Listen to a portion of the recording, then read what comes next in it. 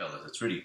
And I wanted to just take a moment to share some thoughts on this trick that Spare Top Change is talking about at the forum called Ripoff Reverse. It's in Art of Astonishment, Volume 1. I was taking a look at this, and per usual, Paul Harris has some great out-of-the-box thinking that I appreciate. And as much as I like some of his thoughts there, it seems to me that it's working hard for an effect that can be accomplished by a different method. And again, this is nothing that I've created myself. It's basically what is torn and restored transpo, which I use all the time, and it doesn't require a turnover change, which could sometimes maybe be difficult on a surface where there's no pad, I think. And so anyhow, I just wanted to show you how I would accomplish a very similar effect using two spectators and the torn and restored handling that David Williamson came up with. So let me move the camera down so you can see what I'm doing, and you'll just have to imagine that I had some spectators here, okay? So check this out. All right, so here's how I would handle this. I would have a spectator over here, spectator 1, take a card. So take a card.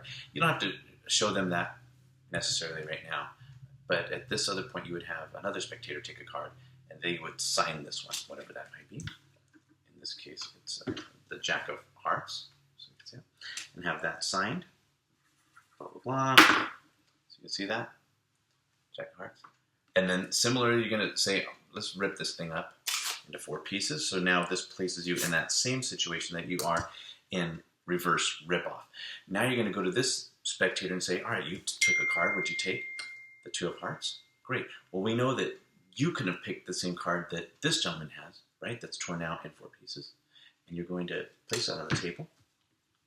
And I suppose you can give it a little rub or whatever, and then show that, look, their signed card is placed back, put back together again. And then over here you have those pieces switched out. There's the 2. So no curry turnover switch, which can sometimes be maybe iffy on a surface like this. And yeah, you don't get to show that card this way, which seems awkward anyway to me in the way that Paul's got it. Nifty idea, sounds great, but I'm just not sure how reasonable it is to do that in the real world. Okay.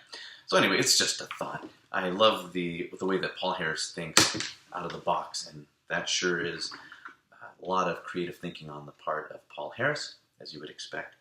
But to me, this minor adjustment, 2 spectators, free selection, free sign selection, and then there's still the ripping of the card, put together again with the transposition with what was a freely selected card. So just a different way of doing the torn and restored transposition in my mind. Anyhow, that's it. Again, it's just my humble submission to you that you may or may not like. That's it. I hope you guys are doing well, and that you'll be at the session that we're going to have tomorrow afternoon, 2 p.m. Pacific on Saturday. And until then, take care.